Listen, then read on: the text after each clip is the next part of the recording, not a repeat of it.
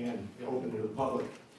The difference in the sixth generation, in order to go from a discovery mode to a predictive mode, system architectures are going to have to change, and that's going to affect dynamics. Not everybody's going to make the transition. We've already designed it that way. So the next challenge will be not only low false positives, but speed, and key factor going forward will be affordability. So does it work? When we first stepped out a couple of years ago, we went to the MS Labs, Miracom, all the different testing labs to see, can you test mutation? They couldn't. They can't today. So what we did is we started taking various devices, like even this piece, and put it on live networks behind whatever the company had. And they include a variety of different well-known multi-billion-dollar market cap companies. In this particular case, it was a $1 billion company that actually we sat behind 4 different unique billion-dollar market cap companies. And we found versions of malware that had been already mutated and changed within 7 days. The second one, this happened 45 days ago. In a cloud environment, we actually sat behind the existing defenses. And in less than a day, we found the my apologies.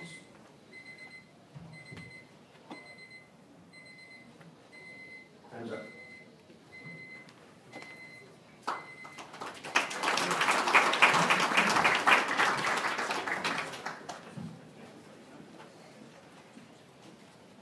Thank you very much. Up next is WeWin.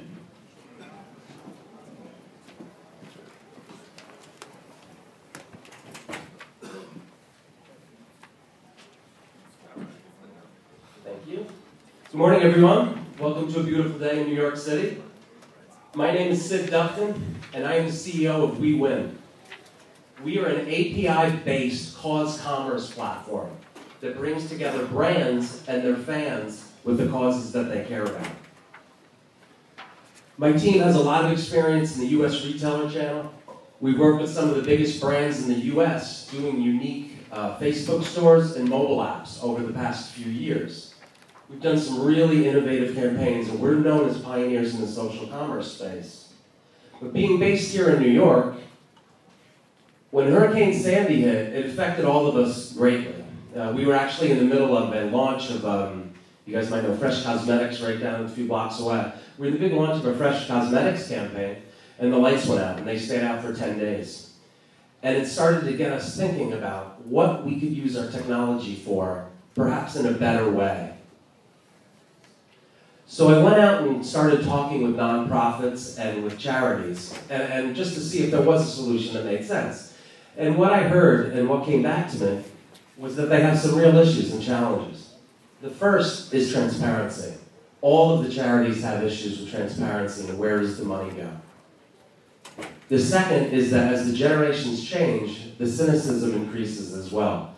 And the nonprofits know that they have to be more transparent in order to get the donations from the new generation. And of course, mobile is king. We develop for the mobile, and that's where the nonprofits and charities are going towards the future. The days of writing a check at the end of the year are gone. In fact, most kids today don't even own a checkbook. So with that, we created WeWin, powering the next generation of giving. We bring brands together with mobile applications and social media to make the world a better place. Our API platform allows us to integrate brand product feeds directly into these nonprofit campaigns in very new and unique ways. The first of these was launched in September of 2014 at the CTIA show. The American Red Cross chose us to power their rewards program for their blood donor app. So basically today, when you donate blood through the American Red Cross, you're given a thank you. And that could come in the form of a free slice of pizza from Domino's or a small cup of coffee from Starbucks. And that's what we do. And 8 million people donate blood a year. The app's already been downloaded 275,000 times. 80,000 appointments have been made on it. And more importantly, the appointments are being kept, and it's increasing blood donations. It was #1 on iTunes, and it was voted most life-changing product. In fact, it worked so well that the Red Cross came to us and said, we want to build this API platform into all of our applications. And these are not small or new apps.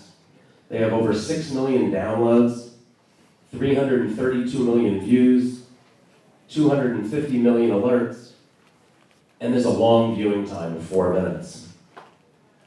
So our API Boost program will be built into these products, where we'll be able to have quizzes and tests, customized information inside, all different branding, and it's a very, very new and unique property. The emergency, first aid, pet first aid, and the new baby and infant first aid will be out this year. You're finally going to be able to see the true online to offline component being gone through charities. We are going to be taking online to offline directly into retail stores. New for this year, we're going to have hyper local marketing. We're also going to have a generic white label so we can truly get the rest of the nonprofits that are coming to us. And we have many more additional new projects with the American Red Cross. The market is enormous at $358 billion and growing every year. The online portion of donations grew just 7%. The biggest increase is online.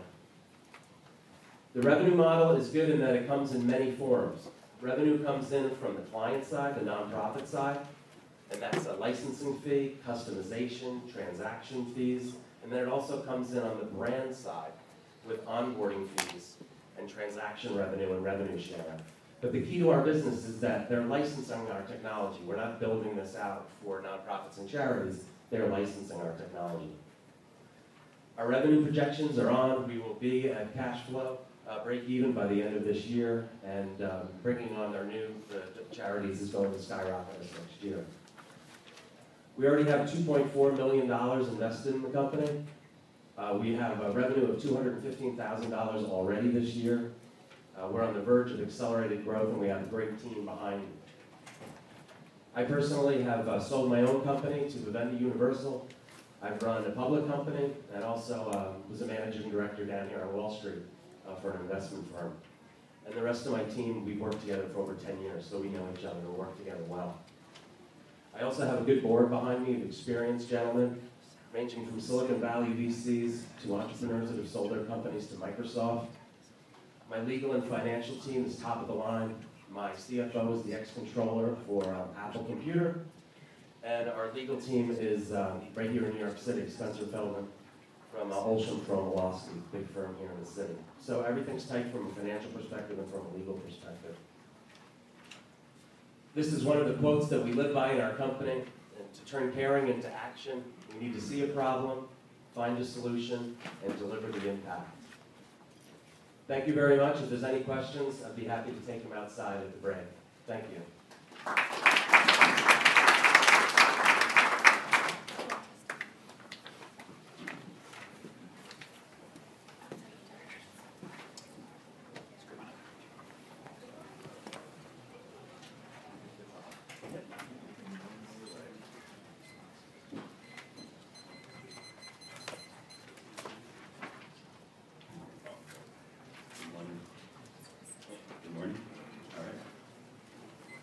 All right, thanks very much. Thank you for having me here. Very excited to be here. My name is Dan Adamson. I am founder and CEO of Outside IQ. We are a 5-year-old startup founded in 2010 in Toronto, Ontario, Canada. We do have a sales office here now in New York and are expanding shortly to London. That was an exciting talk. I want to shift focus, I guess, from doing good to doing not bad. You know, from going from the charity space to this is a little bit of a leap, but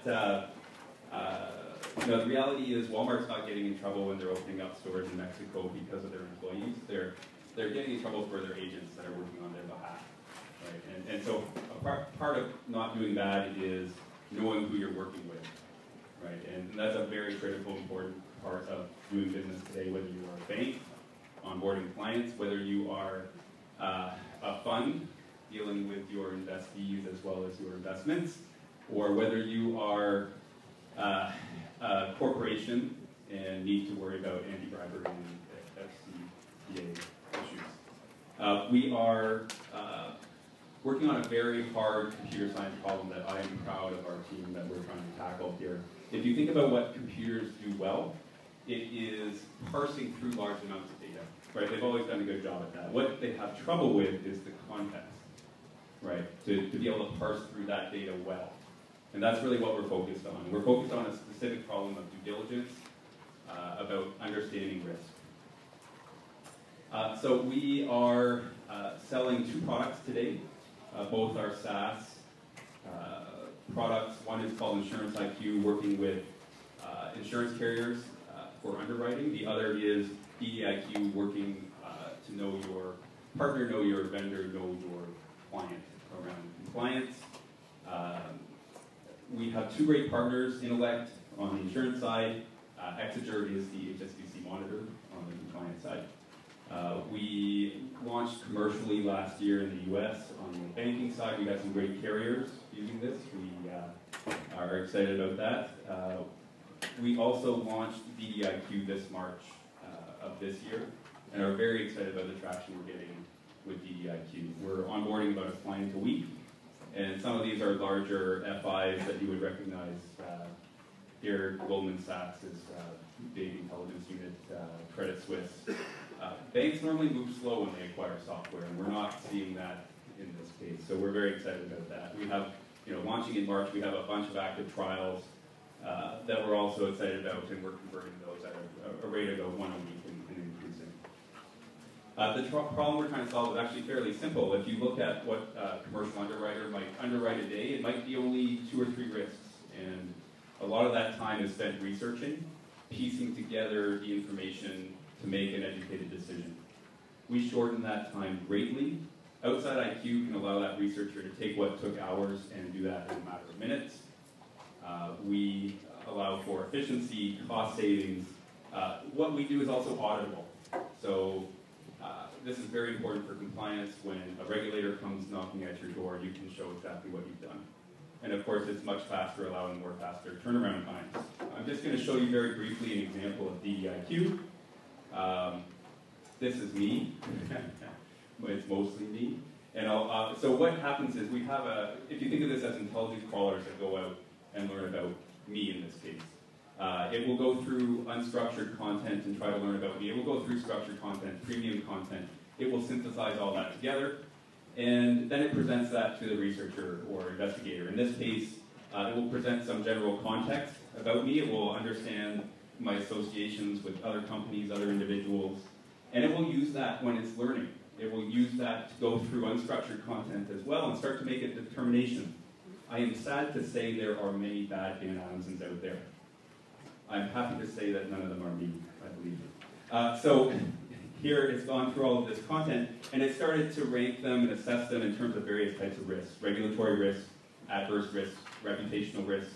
And it's gone through all of those millions of pieces of content about bad Dan Adamsons, and it's found things like this. Here's a Dan who unfortunately was sentenced to prison for tax evasion. That's not me, I'm happy to say. A Google normal query, the researcher would have to go through that. Right? This goes through that for you, and it makes a confidence assessment and says, you know what, you're okay, Dan, you're a good guy, and that's not you. Right? So a researcher now takes that in a matter of minutes and can process it. I'm proud of the technology. If I had another 20 minutes with my 7 minutes, I could